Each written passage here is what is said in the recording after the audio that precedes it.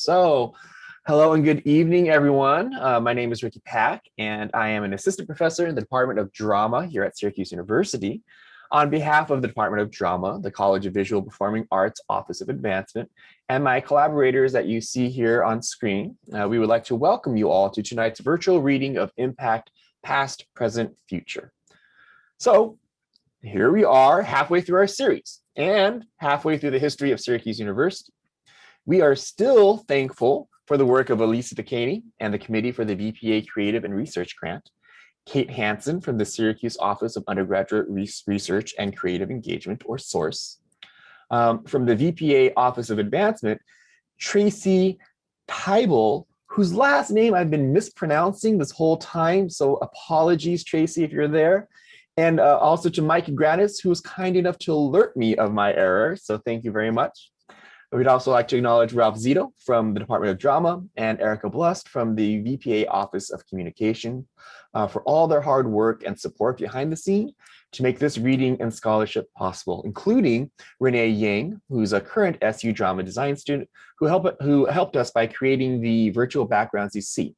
And of course, Melissa Moore, who is transcribing our show this evening as well.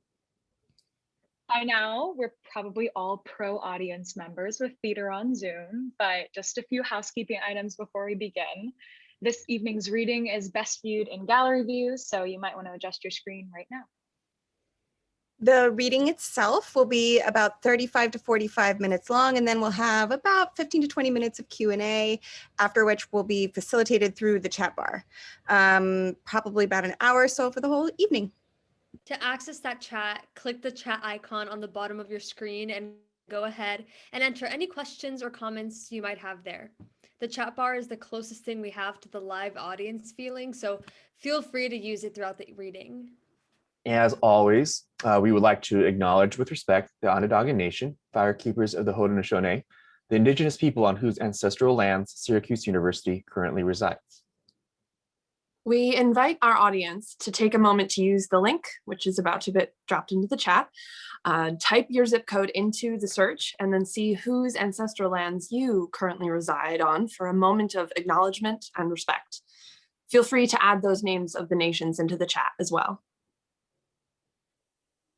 Hopefully, after watching episodes 1 and 2, we can see how much we have directly benefited from our ancestors' roles in the forced removal, stolen land, and genocide of this country's indigenous people in order to create the nation that we live in and benefit from today, including this institution that we all love so much, Syracuse University. But this isn't about laying guilt and blame. It's about learning from our mistakes and doing what we can to help right the wrongs of our past by setting forth action in the present to help shape our future. Hopefully, we remember from previous episodes that the shores of Onondaga Lake, right here in present-day central New York, was the birthplace of democracy, and we owe that to the Haudenosaunee. By now, you're probably also familiar with how important having diverse representation at our university is, especially for our Department of Drama. Unlike other academic areas, if we don't have diverse representation in our student body, then we lose the ability to tell the stories of so many important playwrights, such as Athol Fugard, Lauren Yee, Evelina Fernandez, Nilo Cruz, Hui Gwyn, just to name a few. Just as important, we lose the ability to tell stories that are not traditionally told to the rest of the greater Syracuse community because we don't have the appropriate student population from which to cast. And we're going to feel that lack of representation right now, tonight, in this very reading of episode 3. One of the things we've been trying very carefully to do throughout the series is make sure to use as many direct quotes from historical figures as we can find.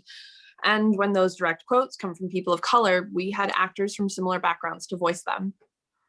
Tonight's episode spans 40 years of university history from 1950 to 1990. And there are so many amazing stories about people from diverse backgrounds in this era that we wanted to give voice to, but we won't be able to because there simply were not enough SU drama students from diverse backgrounds available to perform for tonight's episode. We're in that time of year when rehearsals, performances, and schoolwork are in full swing, and the availability of students is harder to come by. especially for the few BIPOC students that are currently in the department. And we didn't want to cross that boundary of potential Black and brown facing, even in a reading. The history of giving white actors the permission to play Black and brown bodies at the expense of Black and brown actors is far-reaching, injurious, and could be the basis for a whole other play reading in and of itself. And it's not history. It still happens today. Hello, Tilda Swinton in Marvel's Doctor Strange. Angelina Jolie in A Mighty Heart. Natalie Portman in Annihilation.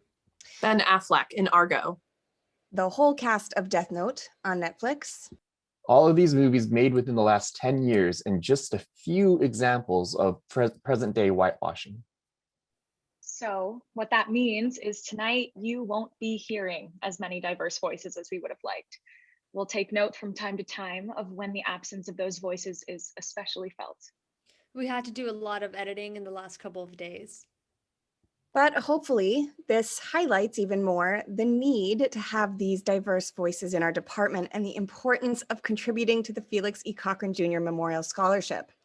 Through our work this past year, which was funded by the VPA Creative and Research Grant and the Source Office, and the incredible generosity of the Gerald and Daphne Kramer Foundation Corporation, facilitated by Lauren B. Kramer, class of 1994, chair of the VPA Council, we were able to establish the Felix E. Cochran Jr. Memorial Scholarship, named after a beloved associate professor of theater design and technology in the department from 2002 to 2019, who was a fierce advocate for our diverse students. Now we need your help to continue to grow this scholarship so that it sustains itself far into the future and continues to impact as many students as possible so that we're never again in a position to have to edit out the voices of diverse figures of the past because we lack the representation to give voice to them in the present. The fundraising started out strong, but we seem to have plateaued recently, and now we're only at about 27% of our goal, with only a few weeks left to reach our fundraising target of $22,500, or 150 donations of $150 for the 150th birthday of Syracuse University. The time to make an impact is now. So please contribute if you can and share far and wide and let your network know why it is important to you to help amplify the diverse voices in our community. Impact Past, Present, Future is an exploration of the history of Syracuse University and an examination of our values as an institution. It's a celebration of our successes and a reflection on our failures. It highlights the contributions and stories of so many diverse people who have been with Syracuse University since our founding. Stories that made us laugh and made us cry, or sometimes just plain confused us. But most importantly, they are stories that compel us to do better. We hope that you enjoy the presentation. If you do, please consider giving to the Felix E. Cochran Jr. Memorial Scholarship. If you don't like it, please consider giving to the Felix E. Cochran Jr. Memorial Scholarship anyway. And I dropped that link into the chat just so you know. So here we go. Previously on Impact, Past, Present, Future. In the first 80 years of SU's history, we learned a lot of amazing things about our university.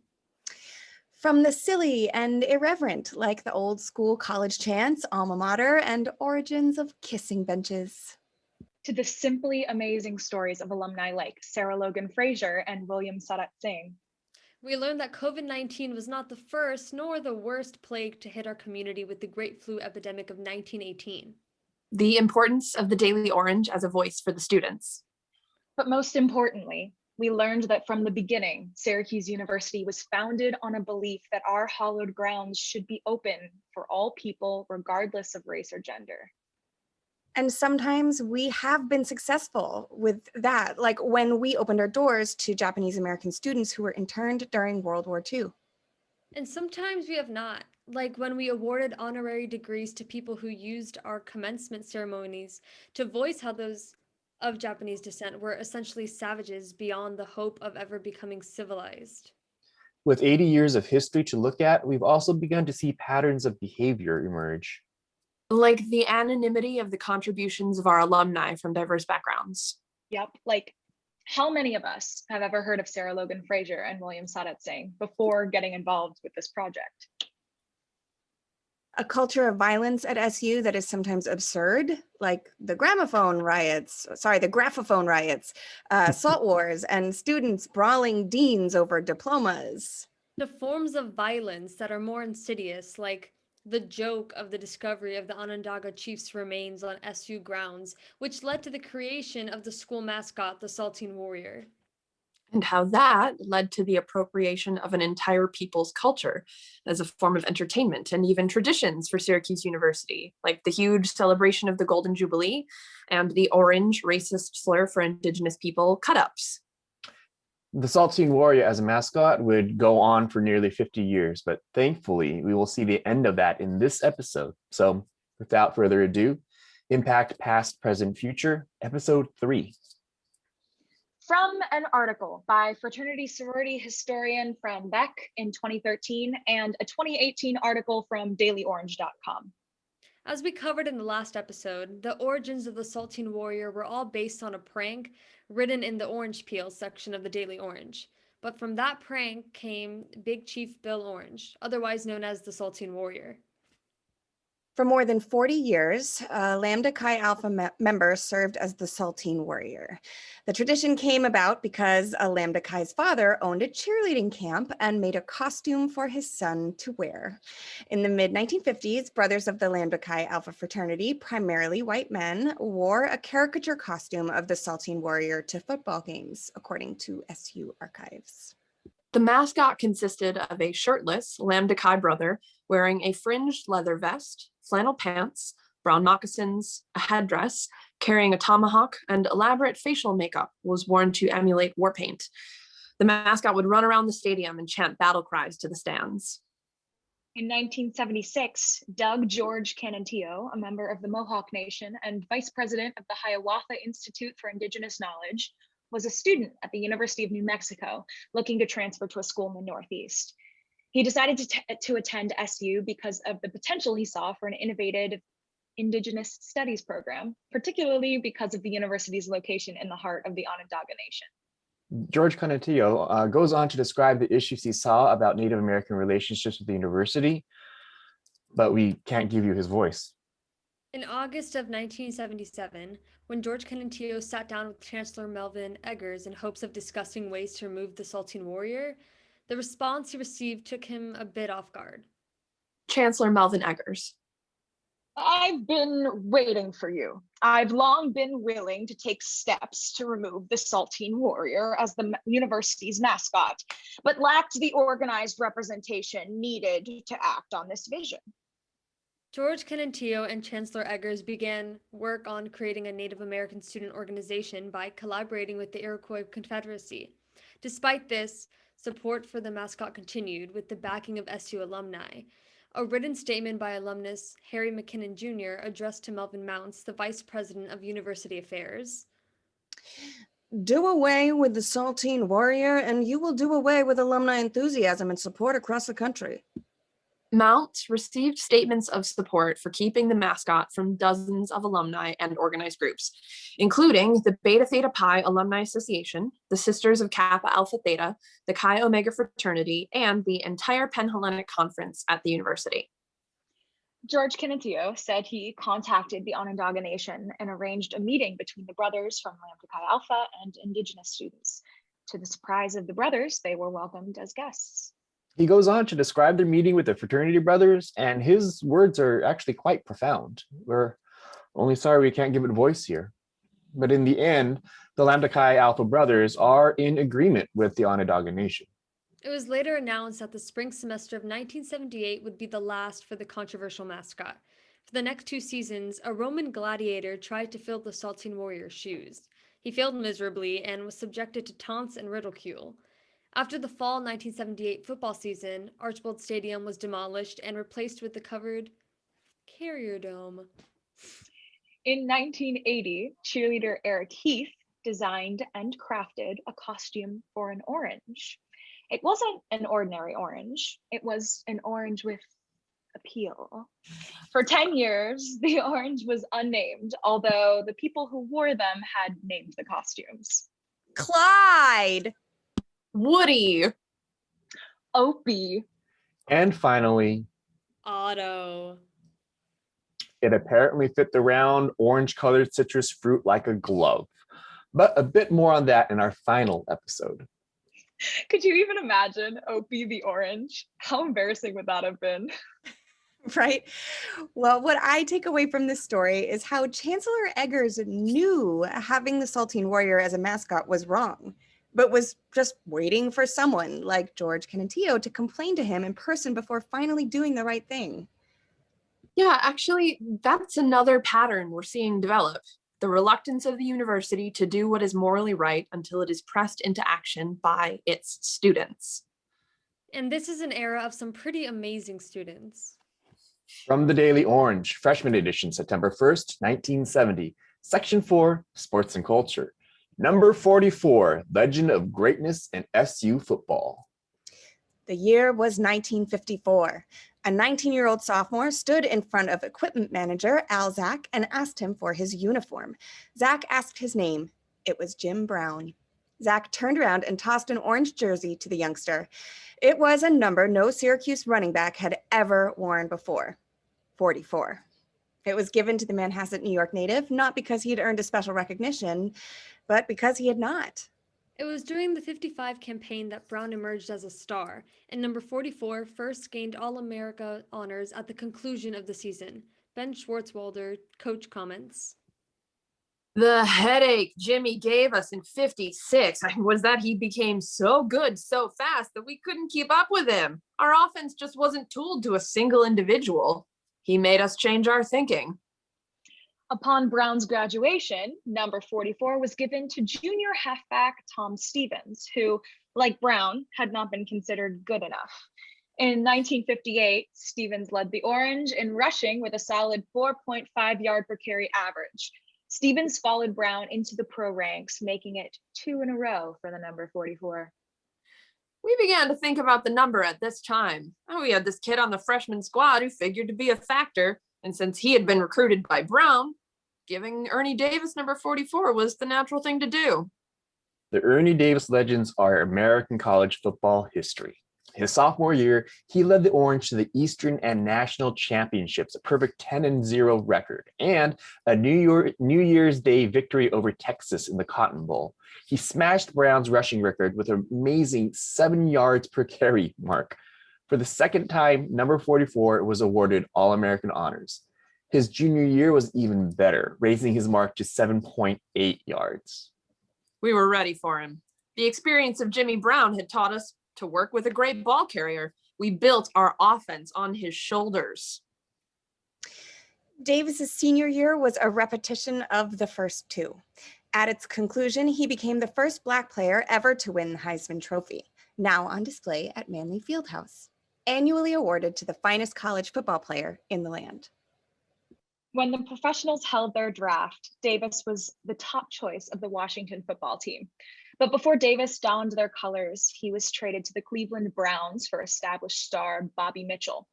Davis, who had come to Syracuse largely because of Jimmy Brown's arguments, now was to play in the same backfield. Then tragedy struck. Davis, the picture of health, became ill, and within 6 months was dead of leukemia. It had bothered Davis that he had not recruited a successor for his alma mater, as Brown had done, but suddenly he was dead and the legend was inserted. Floyd Little was standing in a high school corridor when a friend told him that Davis was dead. We wish we could tell you Little's response to that news, but we can't. In 1964, Floyd Little went on to wear the number 44 and to set making the SU record book his autobiography. In his sophomore year, in his first appearance at Archbold Stadium, he startled fans with an amazing 5-touchdown performance, completely outdueling University of Kansas All-American Gale Sayers.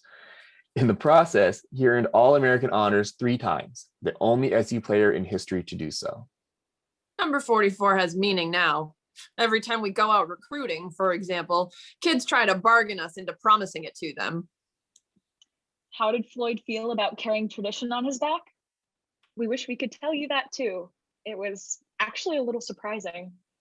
In spring of 1970, the Syracuse University athletic department released a memo stating that number 44 would still be issued selectively, but that the number would not necessarily be issued every season. In the spring of 2020, it became public that Floyd Little was battling neuroendocrine tumor cancer. On January 1st, 2021, he passed away at the age of 78. The spring of 1970 was a particularly eventful moment in SU's history. While it was supposed to be the celebration of the university's centennial birthday, instead we got the strike from the Daily Orange.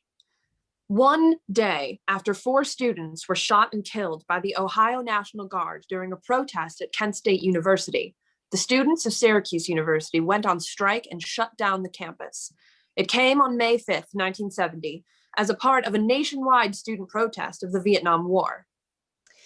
But the strikes were about much more than the immediate reaction to the tragedy at Kent State and the ongoing anti-war protests. Thanks to archives, we have access to some of the Daily Orange headlines during the 1969-1970 school year.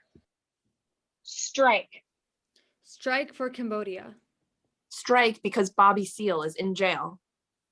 Strike because SU has Defense Department contracts. Strike to stop expansion. strike to seize control of your life, strike to become more human, Strike because there's no poetry in your lectures. Strike because classes are a bore. strike for power, strike because you hate cops, Strike to make yourself free. Strike to smash the ROTC. Strike because they're trying to squeeze the life out of you.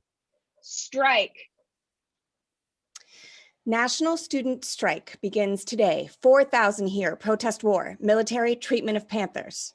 strike gains momentum, new barricades appear, fire at geology building site appears accidental, Building takeover demands $100,000 for Panther Fund. Quarterly, class disruption means shutdown.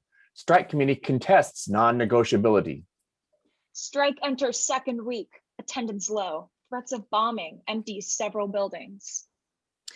A Daily Orange article from 2007 profiling the late David Ifshin, the Student Association president during the strike, describes the events from the perspective of the students who took part. During the strike, all entrances to the campus were barricaded with furniture from dorms. Students refused to go to class. Grades ceased to exist. And the graduation ceremony was canceled. Ifshin, through the SA, even created peace marshals, students who would patrol campus with the local Syracuse Police Department to ensure the protesting didn't become violent. Ifshin became the spokesman for the strike, giving speeches about the war during the last weeks of school, or what was left of it, and staying up all night talking with administration about what students should be doing to prevent the war's continuation. The following fall semester, a retrospective from the Daily Orange on the events of the strike sums up the immediate effects on the SU community as they headed into a new school year. Much has been made of the fact that the strike was instigated by no one, except perhaps Mr. Nixon, that it was a grassroots reaction. It may well be that the political distance between various factions of the grassroots was precisely what prevented the strike from assuming any coherent philosophy or goal beyond the cry, "Stop the war." That is a laudable goal, but the means toward achieving it will not appear out of the vision. That will be the product of serious political and social analysis into the causes of the war, and then a difficult but necessary coordination of activities to realize that goal. Such is the agenda for next year. The strike did not end the war. Here in Syracuse, the strike did not give the Panthers that $100,000 in bail money or stop SURC's military research, but the strike did educate a good number of previously indifferent students on this comfortable middle-class campus to the realities of the expanding war, to the fact that Syracuse University, because of its research programs, is not an innocent bystander in that war, and to the realization that what is happening to the Black Panthers is not irrelevant to our own future. Students have begun to realize that they are not powerless, that one is only a pawn as long as one agrees to be a pawn. And with that knowledge, real work toward political change can begin here and across the country. Even though we have all of this wonderful reporting from the Daily Orange at the time, the paper was going through some major changes ahead of the 1970 and 1971 school year. From the Daily Orange, freshman edition, September 1st, 1970. We apologize. The regular DO, the one we publish daily during the school year, is always typeset. And this issue, the orientation issue, usually is. But after our sympathetic coverage of the strike last May, we began to encounter financial problems from parts of the university administration. The 5 summer editions of the DO were dropped, and the financial aid that enables staff members to stay here during the summer to work on both the summer paper and this issue was discontinued. Some of us stayed anyway, so that this issue would get out to you. In September, we'll be printing again. We don't foresee any further problems at this time. We'll still be printing the news as we see it, and we'll still be trying to give you an in-depth analysis of the news both on and off campus. With the coming year, we'll be covering such issues as university governance, educational innovation, the university and the community, the war, and racism. If you like to think and can write a little too, we've never got too many people to help. The Daily Orange. The editorial column from the Daily Orange, February 25th, 1971. Perhaps out of fear, the administration has decided to hold their Board of Publications meeting at 8:30 in the morning to elect an editor for the Daily Orange, a publication for which they have refused to be responsible despite a constitution that requires their support. The board is not paying for the Daily Orange. Students are. The administration has wanted the Daily Orange to go independent for several years. The Student Association has wanted the Daily Orange to go independent for several years. The Daily Orange has wanted the Daily Orange to go independent for several years. More than the future of the Daily Orange is on the line, the administration, it is reported, has threatened to cut off funds to the Daily Orange until they elect their boy. The Student Assembly, it is reported, has threatened to cut off funds if their choice is not approved. Students have at times been slow to publicly support their student organizations who have been getting screwed over and over, and it has made it all that much harder to stand up to the administration. But this latest threat by the administration is so blatantly political. We hope students will watch what happens to the Daily Orange closely in the next few days. From the Daily Orange, March 10th, 1971, 2 weeks later. Publications Board violates its own bylaws. Until recently, the Syracuse University Board of Publications was looked upon as the final arbiter in all matters concerning the student-run press at Syracuse. Their unquestioned legitimacy lay in its constitution, which was adopted in December 1965. In short, the Board of Publications never chose the editor, which, according to Article 3, Section 1 of the board's constitution, they must do. Hemingway and Dennis Desneux have been trying for months to draw up a new constitution that would allow students a larger voice on the Board of Publications in the choice of an editor. Why were they ignored or put off? Why was the Daily Orange never consulted on the election? The university seems slow to realize that its Board of Student Publications is as outmoded as kissing on the bench outside the Hall of Languages. The students and administrators of this university should act with double quickness to ratify a new constitution that will be obeyed, give students and editors greater representation, and take a slice of humble pie. Editorial column from the Daily Orange, October 22nd, 1984. Money doesn't talk. Wait, 1984? Yeah. At first I thought it was a typo, but it's not. They're being cheeky and making reference to the book 1984. They did it a second ago with double quickness too. It was actually October 22nd, 1971. Money doesn't talk, it swears. Representatives of the Promethean, Dialogue, and the Daily Orange met yesterday afternoon with the entire Student Association Finance Board. A representative for the Finance Board explained, The Student Association policy of encouraging individual participation within the community would be furthered by giving priority to the funding of small special interest and service groups on campus. It is our desire to encourage whatever newspaper that might exist on campus to become independent of present student activity fee support as soon as possible. Committed to the concept of a daily newspaper to serve the community, prompted by the common enemy of a financial crisis, the editors and staffs have agreed to create a new daily newspaper, combining the resources and talent of all journalists on campus. October 26th, 1971, just a few days later. A new reorganized daily newspaper serving the Syracuse University community has begun publication. Retaining the name The Daily Orange, the newspaper is an effort by concerned members of the previous news organizations to provide both the campus and the surrounding area the responsible reporting of the events, accurate insights into the personalities, and dear examination of the forces that shape today's life. Bob Heisler, serving as editor, was optimistic about the paper's chances for success.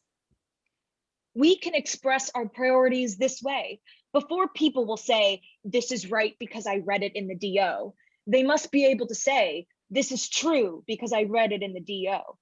It is on the staff that the fate of this enterprise rests, and we welcome the opportunity to try to serve the community. A major promotion campaign in the community will be planned once the newspaper gets off the ground. And with that, after a tumultuous couple of school years, the Daily Orange became the only campus paper and was fully financially independent by the fall of 1971. They remain so to this day. Speaking of tumult. From Syracuse.com, July 1st, 2020. In 1970, 9 members of the Syracuse University football team, remembered erroneously as the Syracuse 8, made a stand for equality and for a more diverse coaching staff at the school. When their demands were denied, they would boycott their team's season. For some, their efforts for what was right would cost them a chance at future football glory. But the sacrifices of Gregory Allen, Richard Bowles, John Godbolt, Dana Harrell, John Laban, Clarence Bucky McGill, Alif Muhammad, Dwayne Walker, and Ron Womack would lead to fundamental change in the way SU ran its football program. By the time of spring practice in May 1970, there was simmering racial tensions on the Syracuse University football team. Post-Standard columnist Sean Kirst wrote in 2007, The players were upset about what they saw as insensitive rules and slights, such as limits on the way they were allowed to wear their hair or certain words that coaches routinely used in practice. But things reached a breaking point over the issue of Black assistant coaching.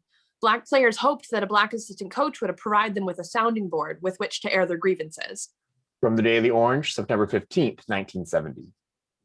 A meeting was held to discuss a number of grievances concerning the entire athletic department and the football coaching staff in particular. medical malpractice by the football team physician, particularly in the case of Black athletes, was number 1. Number 2, the double standard used in disciplinary actions, specifically the fight incidents. 3, discrimination in compiling the depth chart, the players on the first, second, third teams. Number 4, lack of academic advising, tutoring, and lobbying for Black players. 5, use of racist language by coaches such as boy, N-word, etc. Number 6, cutting of Black players from the list of players to go on trips. Number 7, the fact that no Black athlete had a community sponsor, a person who helped provide some of the gravy that accrues to being a varsity football player. Number 8, numerous specific instances of racist behavior. Schwartzwalder agreed to look for a Black coach, but the 2 assistant coaching positions that were then vacant were filled with 2 white alumni by fall practice 1969, marking the first major concession that the Black players felt they made. They agreed that an interim coach for spring practice would be acceptable until the head coach could find someone to fill a permanent position. But when spring practice actually began in April, the coach that appeared was Floyd Little, who was playing for the Denver Broncos at the time. He was in town for personal reasons, but stopped by the practice fields. Wait a minute. So they tried to pass off Little as an assistant coach, even though he was only there for a few days on unrelated business and happened to stop by the practices? Yep. From Syracuse.com, July 1st, 2020. Under orders from SU Chancellor John Corbally, head coach Ben Schwartzwalder hired a Black assistant in July, Carmen Jones. The victory for the boycotting players was short-lived. Though they hoped to return to the team in the fall, in August, Corbally sent a statement to the suspended athletes, which he required them to sign before they would be allowed to return to the team. From the Daily Orange, September 15th, 1970. The statement read, "In requesting reinstatement as a member of the Syracuse University football squad, I concede that dismissal from the squad was a logical consequence of missing football practice for a protracted period during the spring 1970. I further recognize that this absence from practice for a protracted period affects my status with regard to the initial depth chart. In support of my request for reinstatement and as evidence of my desire to contribute meaningfully to the success of the football team, I make the following commitments to the coaching staff and to the tri-captains of the football team. I understand that these commitments are required for every member of the football squad."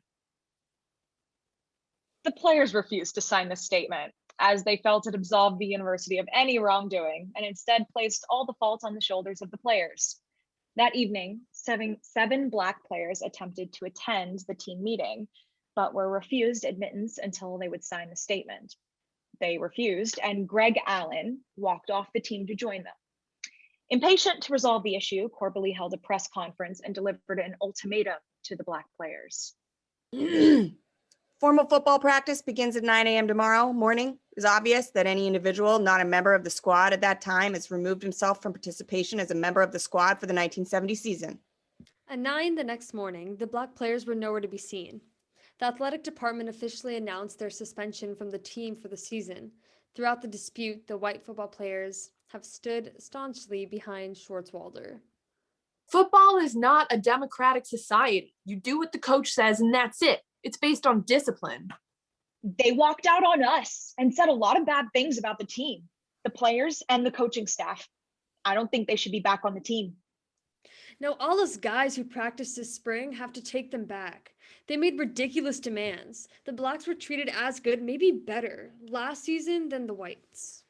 In the Daily Orange on September 24th, 1970, an interview with some of the white players included this remark from Ray Jarez, a white player on the team. "We voted as a team to take the Blacks back only to play Saturday's game.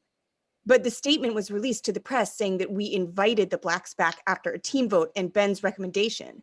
This was simply not true. We could never invite them back. After the first half at Houston, SU was trailing 35-7, we headed toward the locker room trying to keep our spirits up. We looked up to find Bucky McGill, Al Newton, and DJ Harrell laughing at us as we went in.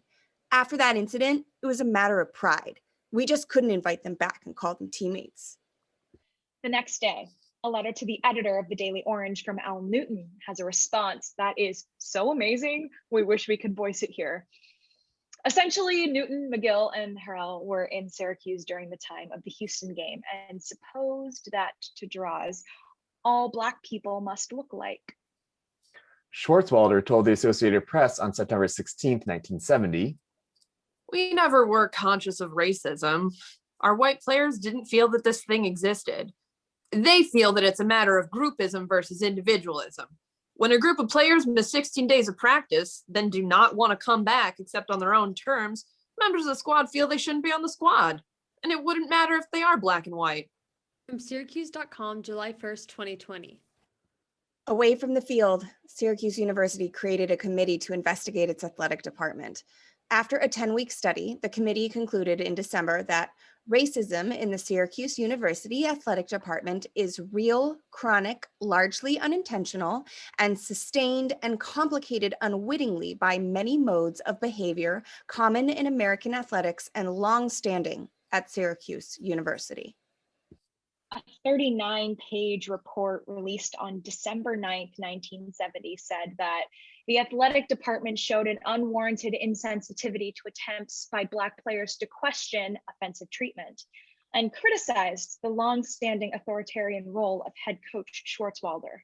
The report was a vindication to the Syracuse 8. SU actively began searching for more minority coaches and altered the dress code to fit the styles of the African-American athletes. However, nothing the school did saved the sports careers of these 9 men. On October 20th, 2006, the 9 members of the Syracuse 8 were given the Chancellor's Medal by the university, among the highest honors at the school. But the Black voices of this era weren't just heard on SU sports teams. Black, Indigenous, and other people of color's voices were all across campus in all sorts of capacities. Voices like Priscilla Tyree Williams.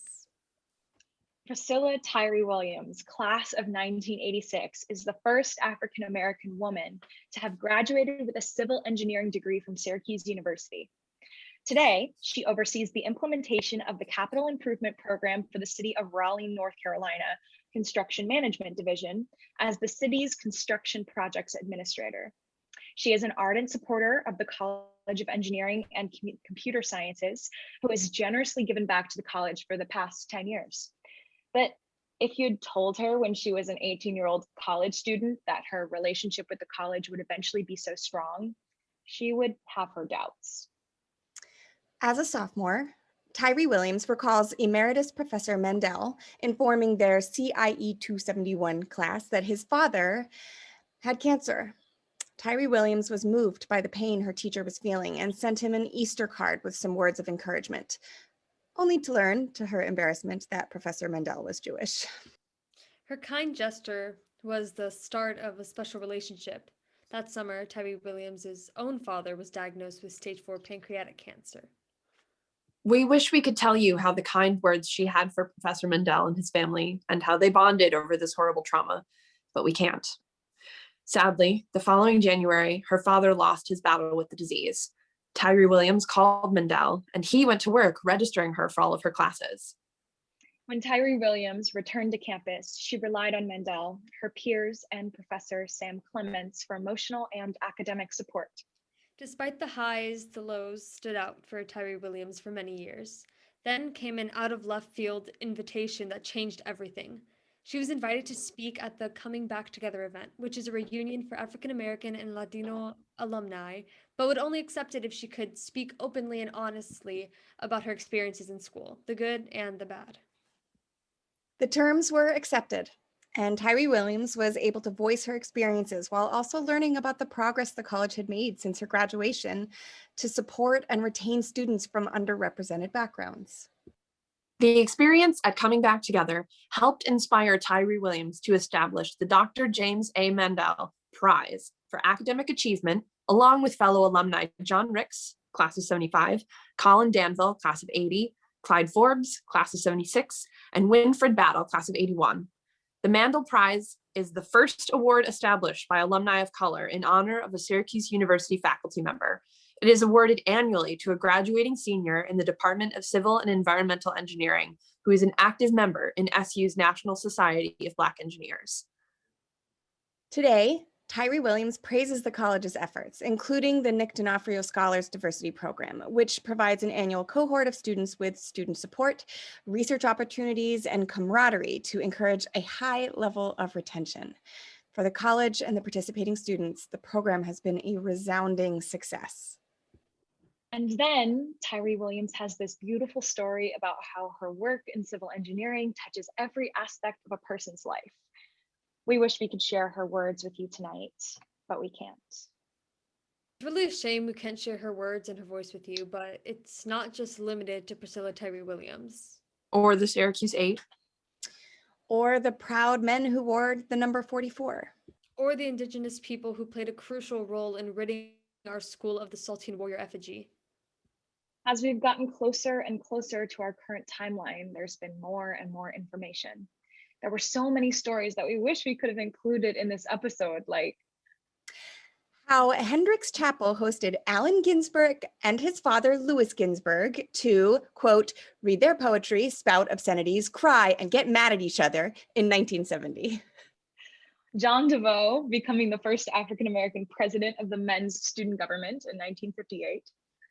In 1983, SU Drama's junior student, Vanessa Williams, became the first African-American to be named Miss America. In 1961, Dr. Martin Luther King Jr. addressed more than 700 students in Sadler Hall.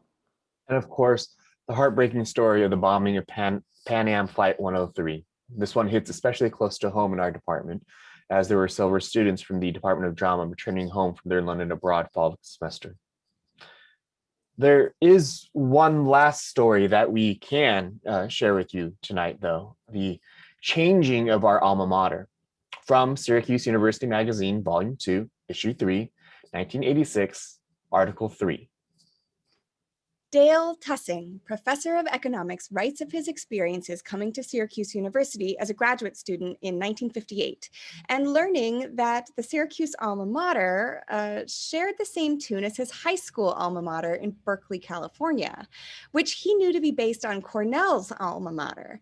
Upon learning the lyrics to Song of Syracuse, he added it to his repertoire of lullaby songs that he would sing for his children.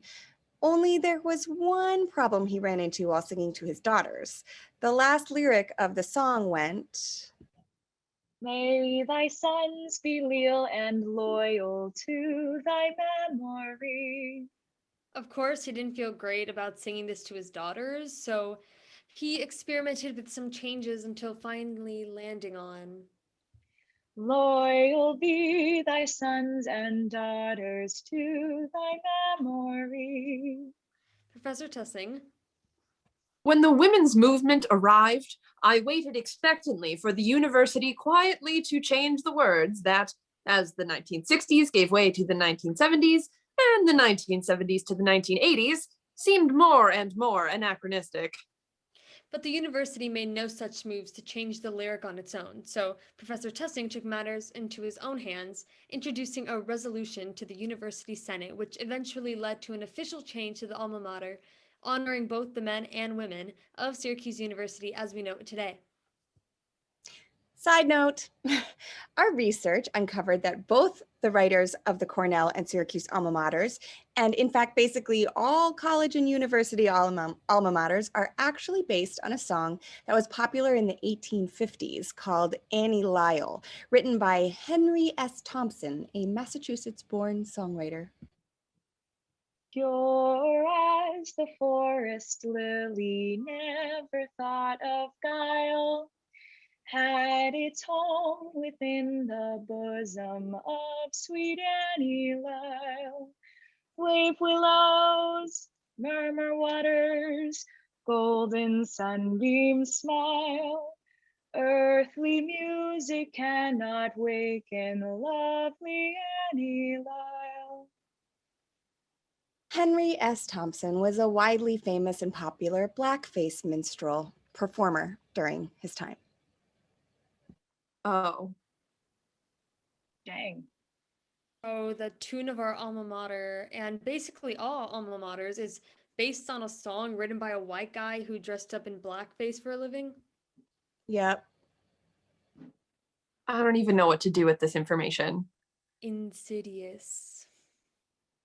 The days of falling back on, "We didn't know this was offensive or racist or just plain wrong," are gone. Now that we know, And let's just be clear, people have always known that racism is wrong. It's just whether or not people chose to listen to those who were victims of it. we follow the lead of Doug George, Kenentio, and Confront. The Syracuse 8 and Protest. Priscilla Tyree Williams and Give. and Professor Tussing and Change. And with that knowledge, real work toward political change can begin here and across the country. So if you can, please help make an impact. Because there are so many voices yet to be heard. We need to make an impact.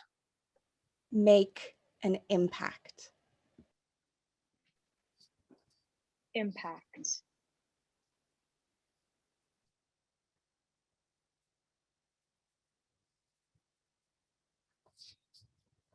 Great, let's have all our panelists, performers come on back. Thank you so much, everyone, for tuning in this evening to episode 3 of Impact Past, Present, Future. The link to donate to the Felix C. Cochran Jr. Memorial Scholarship is in the chat. And please, if you're able to, consider contributing and or sending out to your network of friends and family and see how much we can raise to keep funding this so important scholarship. We wanted to just take a minute here just to introduce ourselves, starting with Corinne, who's going to duck out immediately because she has another engagement. She's so popular right after this. So popular. So yeah, I'm Corinne Ferrer and I'm a sophomore acting major. Yeah. Good night. Whitney? Hi, sorry. I'm Whitney Tunny-Pack, and I am a instructor in SU drama and a community artist. Alyssa? Hello, Alyssa Otoski-Kime. I am a local community artist. Alex? Hi, I'm Alex Keene, and I'm a senior musical theater major. Great. And once again, my name is Ricky Pack, and I'm an assistant professor here in School of Drama or Department of Drama here at Syracuse University. And so we just want to make sure that we announce that the fourth and final episode of our reading series is going to be on Monday, March 22nd, once again at 7 p.m. Eastern Standard Time. Now we'll just leave a few minutes. If anybody had any questions or thoughts or reactions to this evening's episode reading, feel free to drop your thoughts or questions into the chat, and we'll do our best to answer them.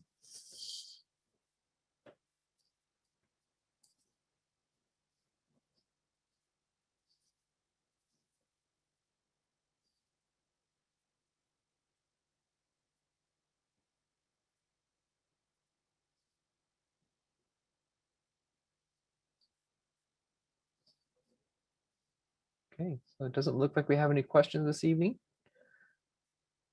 Great, that's totally fine. So again, yes, episode 4 is going to conclude our series in 2 weeks, and that's going to be from 1991 to 2020 to today's time. Or actually, 2021 now, right? Yeah, so 1991 to 2021, but then we're also going to add on and envision what the next 10 years after this year is going to look like, and how the Felix E. Cochran Junior Memorial Scholarship will make an impact here at our school in our Department of Drama. So thank you everyone for tuning in and giving up a little bit of your time to join us this evening. We hope that you all get home safely.